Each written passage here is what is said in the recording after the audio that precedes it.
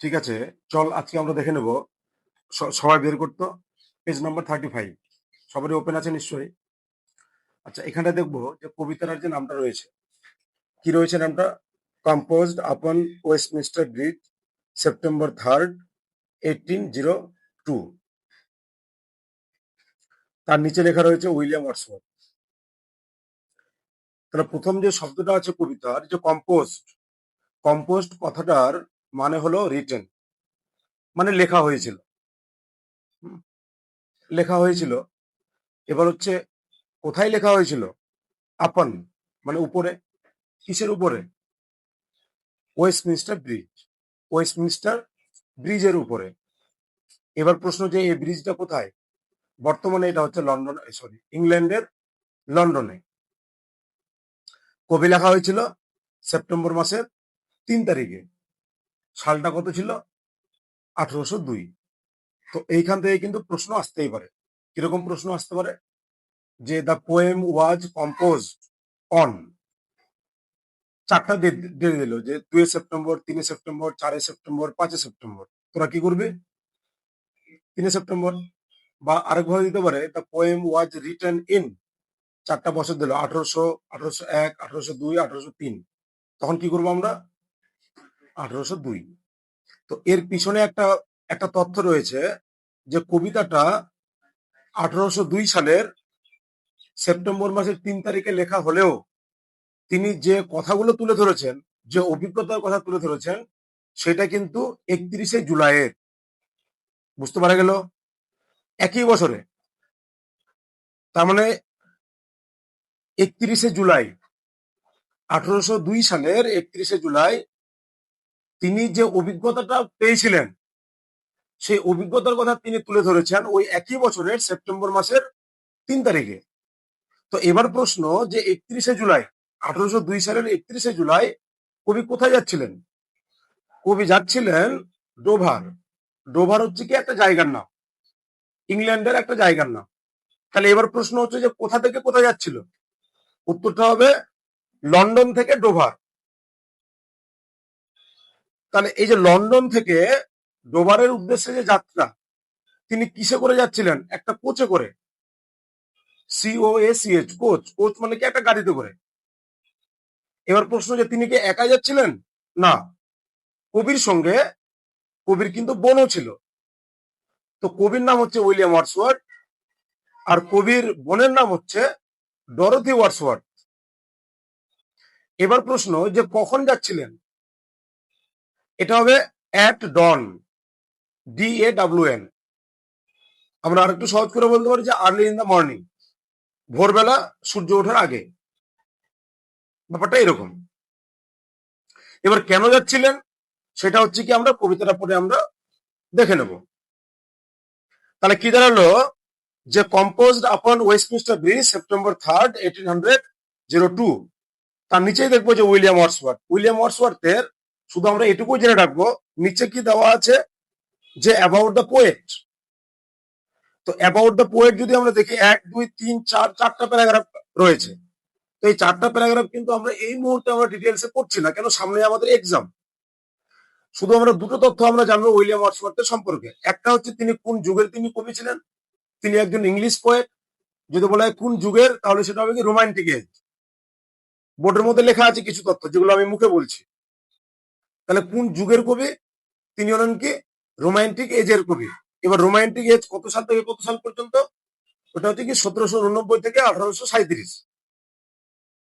আচ্ছা, এটা একটা। আরেকটা হচ্ছে কি তার জন্ম আর মৃত্যু সালটা, 1770 থেকে 1850। তাহলে কি দাঁড়াবে বিষয়টা? এতে আমরা আন্দাজ করতে পারবো যে তিনি কোন সময়কার কবি ছিলেন। তখন হচ্ছে কি, যে হিস্ট্রিক্যাল ব্যাকগ্রাউন্ড বা রাজনৈতিক প্রেক্ষাপট, বা আমরা যাই বলি না কেন, সেটা কেমন ছিল, সমাজের অবস্থা কেমন ছিল। তো এই জায়গাটা আমরা স্কিপ করছি। এবার হচ্ছে without any delay, let's begin the text of the poem. তাহলে এবার কিন্তু আমরা সরাসরি চলে আসবো কবিতার প্রথম লাইনে। কবিতার প্রথম লাইনে তিনি বলছেন যে আর্থ has not anything to show more fair. তাহলে আর্থ হ্যাজ নট, পৃথিবীর কাছে নেই। এবার প্রশ্ন, যে কি নেই? এনিথিং, কোনো কিছু, কিসের জন্য? দেখানোর জন্য। মোর ফেয়ার, আরো সুন্দর। তিনি প্রথমে বললেন যে পৃথিবীর কাছে ভালো কিছু নেই দেখানোর মতো। আরেকবার লাইনটা দেখে নেই। আর্থ has not anything to show more fair.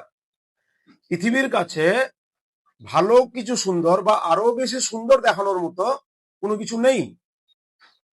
তার মানেটা কি বোঝাতে চাইছেন তিনি? তিনি যে দৃশ্যটা দেখছেন সেই দৃশ্যটা হচ্ছে কি সবচাইতে ভালো, যার জন্যই কবির মনে হলো কি যে পৃথিবীর কাছে এর থেকে কিন্তু ভালো দৃশ্য দেখানোর মতো নেই। Dull would he be of soul who could pass by. Dull would he be, বাক্যটাকে আমরা একটু সাজিয়ে নিই। প্রথমে আমরা সাবজেক্ট নিয়ে আসবো হি, তারপরে অক্সিলারি ভার্ব উড, তারপরে বি। তাহলে কি দাঁড়াবে যে হি উড বি ডাল। ওই মানুষটা হবে বোকা। কোন মানুষটা? আচ্ছা, dull would he be of soul, ওই মানুষটা হবে কি বোকা। কিসের দিক থেকে বোকা? পড়াশোনার দিক থেকে না, অফ সোল মনের দিক থেকে, আত্মার দিক থেকে। কোন মানুষটাকে কবি এখানটায় বোকা বলে মনে করছেন? হু কুড পাস বাই, যে মানুষটা হচ্ছে কি যে অতিক্রম করে যেতে পারে। কি অতিক্রম করে যেতে পারে? এ সাইট, একটি দৃশ্য। কেমন দৃশ্যটা?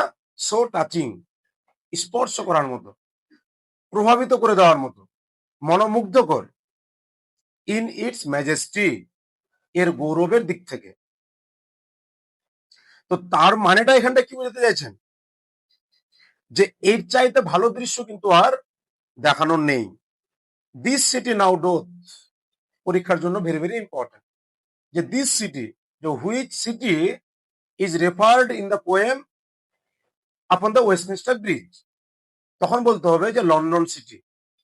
তাহলে কি বলা যে দিস সিটি নাও ডোথ, এই এই শহরটি, ডোথ এটা হচ্ছে কি বর্তমানে আমরা যেটাকে ডাস বলছি, DOES, আগেকার সময় সেটাকে বলা হতো কি ডোথ, ওটা পুরনো ব্যবহার।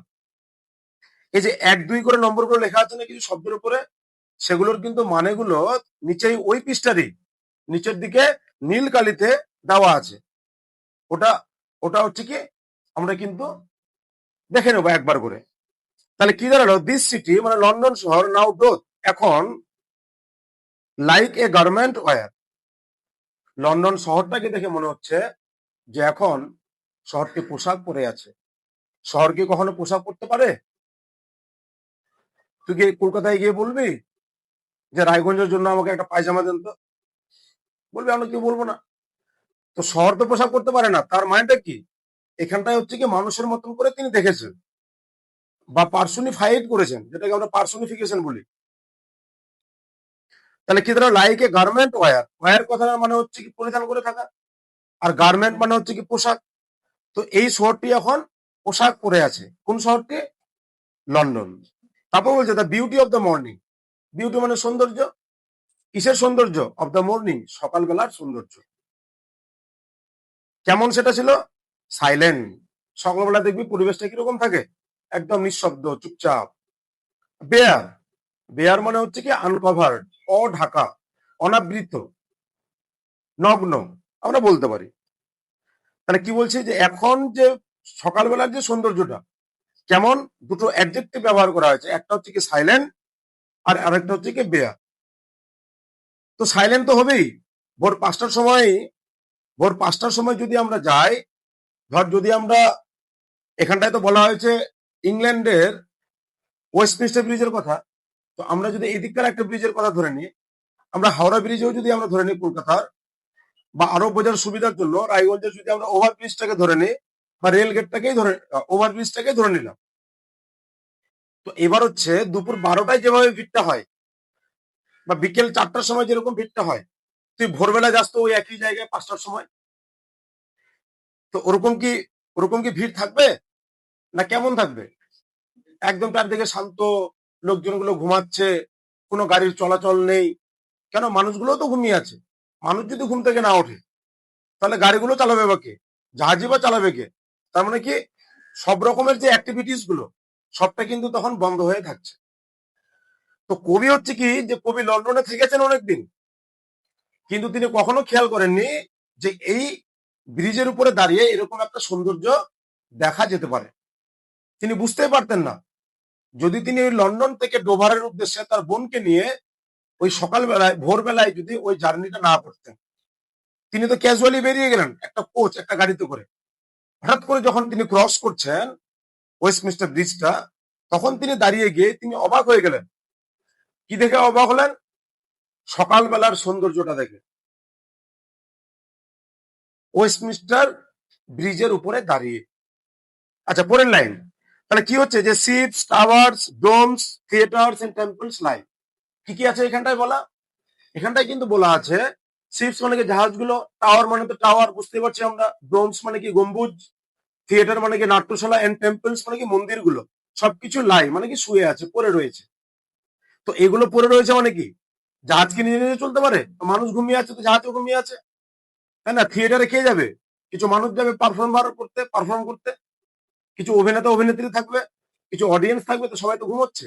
তার মানে কবি কি বলতে যাচ্ছেন যে শিপস থেকে শুরু করে টেম্পলস পর্যন্ত সমস্ত কিছু ঘুমিয়ে আছে।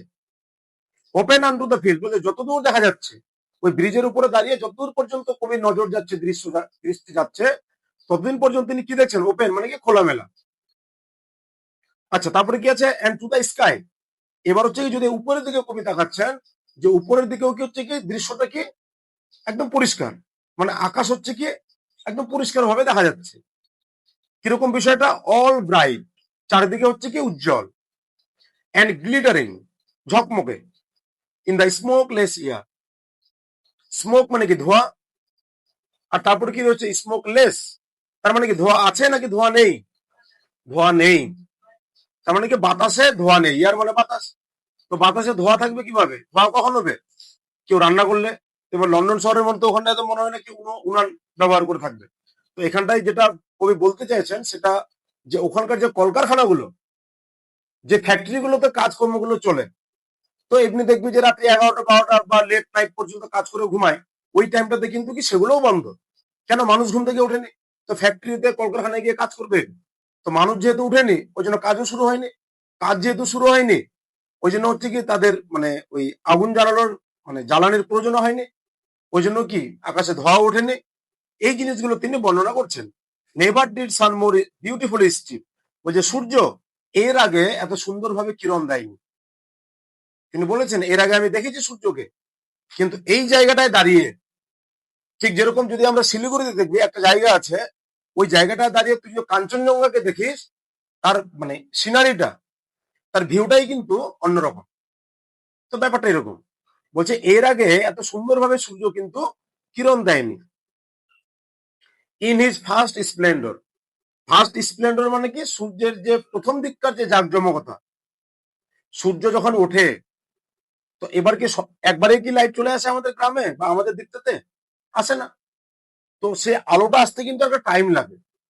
তো ওটাই বলছে যে in its first Splendor. First Splendor মানে কি দেখবি সকালবেলা সূর্যটা যখন ওঠে তখন আকাশটা লাল আভা হয়, তারপরে আরেকটু লাল হয়। তো এইভাবে যত বেলা হয় তখন হচ্ছে কি সেই সূর্যের যে রং সেটা একটু একটু করে চেঞ্জ হয়। তো এখানটা কবি বলছেন যে প্রথম যে এপিয়ারেন্স, প্রথম দিকে সূর্যটাকে এত সুন্দর দেখাচ্ছে আমি এর আগে এমনটা খেয়াল করিনি। কিরকম? এই যে ভ্যালি, রক আর হিল, এই যে সূর্যের আলোটা যে এসে পৌঁছাচ্ছে, আমরা জানি যে দেখবে আমাদের কোন রাজ্যে সবার আগে সূর্যের আলো এসে পৌঁছায়, জানা আছে এই কারণে?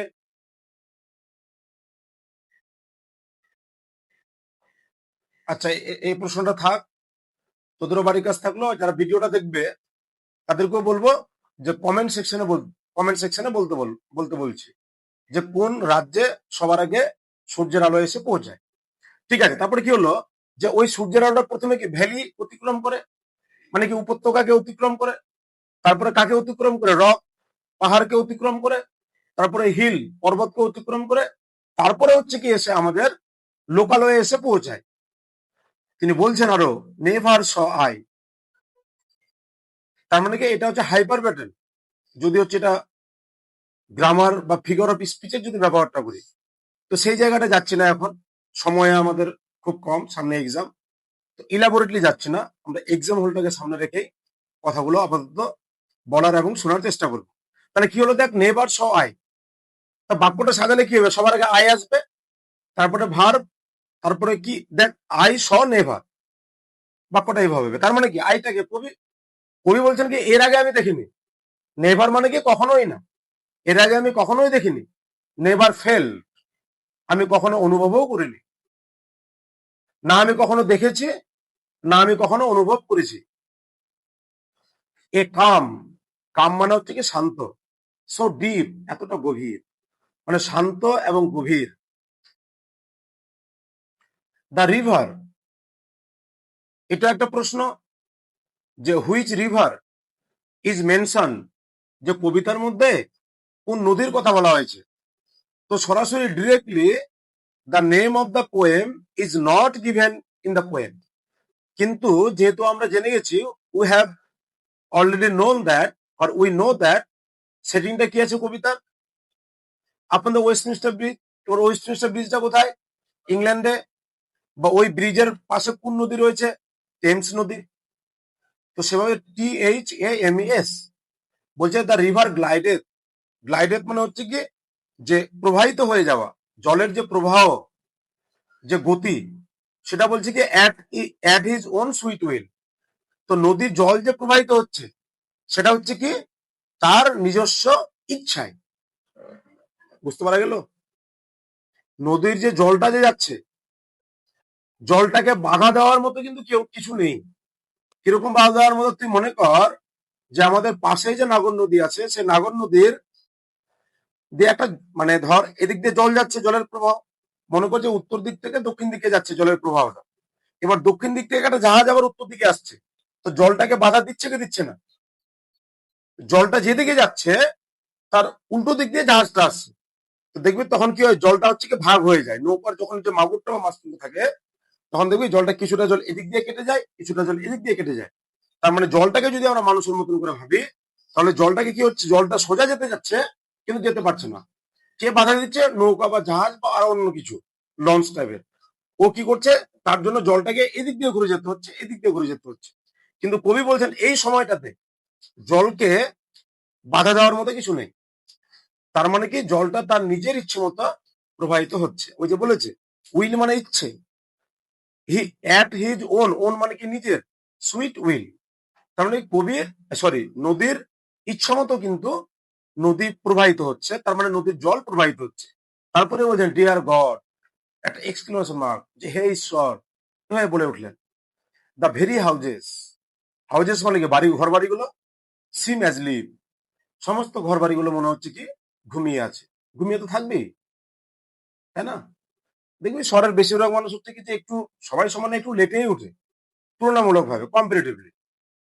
তো এখানটায় বলছে কি যে হাউজেস গুলো ঘুমিয়ে আছে, তো ঘরগুলো কি ঘুমিয়ে আছে, আসলে মানুষগুলো ঘুমিয়ে আছে, লন্ডন বাসী ঘুমিয়ে আছে, যার জন্য কই মনে করছেন কি যে গোটা শহরটাই ঘুমিয়ে আছে। And all that mighty heart, আর বলছে বলছে এই যে মাইটি হার্ট, মাইটি হার্ট বলতে এখানটায় কিন্তু বলা হয়েছে যে আমরা আত্মার কথা বলতে পারি, বা আমরা এখানটা লন্ডন শহরের কথাও বলতে পারি, ইজ লাইং স্টিল, যে লন্ডন শহরটা হচ্ছে কি এখনো পর্যন্ত ঘুমিয়ে রয়েছে। তো এই হলো টেক্সট। যদি আমরা বলি একটু ভোকাবুলারি মানেগুলো যদি আমরা একটু দেখে নিই প্রথম থেকে, হুম, যে শব্দগুলো একটু সমস্যা করতে পারে, যেরকম হচ্ছে যে একটা হচ্ছে টাচিং, স্পর্শ করে যাওয়ার মতো, একটা হচ্ছে ম্যাজেস্টি মানে গৌরব, গৌরবের দিক থেকে, গার্মেন্ট মানে পোশাক, ওয়ার মানে পরিধান পরিধান করা, বেয়ার মানে হচ্ছে কি নগ্ন বা অনাবৃত, তারপরে এখানটা দেখবো যে গ্লিটারিং, যেটা চকমকে ঝলমলে, স্টিপ মানে কিরণ দেওয়া, স্প্লেন্ডর মানে জাঁকজমকতা, তারপরে হচ্ছে এখানটাই রয়েছে কাম, CLM শান্ত, তারপরে রয়েছে হচ্ছে কি গ্লাইডেড প্রবাহিত হওয়া, তারপরে রয়েছে এখানটাই যে অ্যাজলিভ ঘুমিয়ে থাকা। তারপরে দেখবো এখানটা তিনটা প্রশ্ন রয়েছে, একটা হচ্ছে the mighty heart refers to the city of, দেখ তাহলে আমরা বলে গেলাম তাহলে মাইটি হার্ট, কিন্তু লন্ডন, লন্ডন শহরের কি কোথাও কি উল্লেখ আছে কবিতার মধ্যে, কোথাও কিন্তু উল্লেখ নেই। কিন্তু ওই যে বললাম যে যেহেতু ওয়েস্টমিনস্টার ব্রিজ মানে ইংল্যান্ডে রয়েছে, লন্ডনের আশেপাশে। আচ্ছা, তারপরে দেখবে 3 নম্বরটাতে চলে আয়, 2 নম্বরটাতে পড়ে আসে। 3 নম্বরে কি আছে? The beauty of the city of London is. বাহ, ভেরি গুড, এক্সেলেন্ট। এই তো সবাই ভালো মনোযোগ সহকারে শুনেছিস। আচ্ছা, 2 নম্বরটাতে চলে আয় এবার। অ্যাসারশন। অ্যাসারশন কথাটা মানে হচ্ছে কি একটা উদ্ধৃতি, আর রিজন মানে হচ্ছে কি কারণ। আচ্ছা, দেখবো ইন দ্য মর্নিং, সকালবেলা, এভরিথিং সিন, সমস্ত কিছুই দেখা যাচ্ছে। কোথা থেকে? From the Westminster bridge. Westminster bridge থেকে। লুকস ব্রাইট অ্যান্ড গ্লিটারিং, যেগুলোকে দেখাচ্ছিল উজ্জ্বল, চকচকে, ঝলমলে এবং দীপ্তিমান। এটাকে ঠিক না ভুল? এই যে লাইনটা যে পড়লাম, এটা ঠিক না ভুল? কবিতাটা পড়ার পর কি মনে হচ্ছে? বল না, ভয়ের তো কিছু নেই। তোর যেটা মনে হচ্ছে সেটাই বল, ভুল হবে হবে কি আছে? তাহলে এটাকে ঠিক মনে হচ্ছে। আচ্ছা, রিজনটা দেখ, দ্য এয়ার ইজ স্মোকলেস, বাতাসটা ছিল ধোঁয়াহীন। ঠিক না ভুল?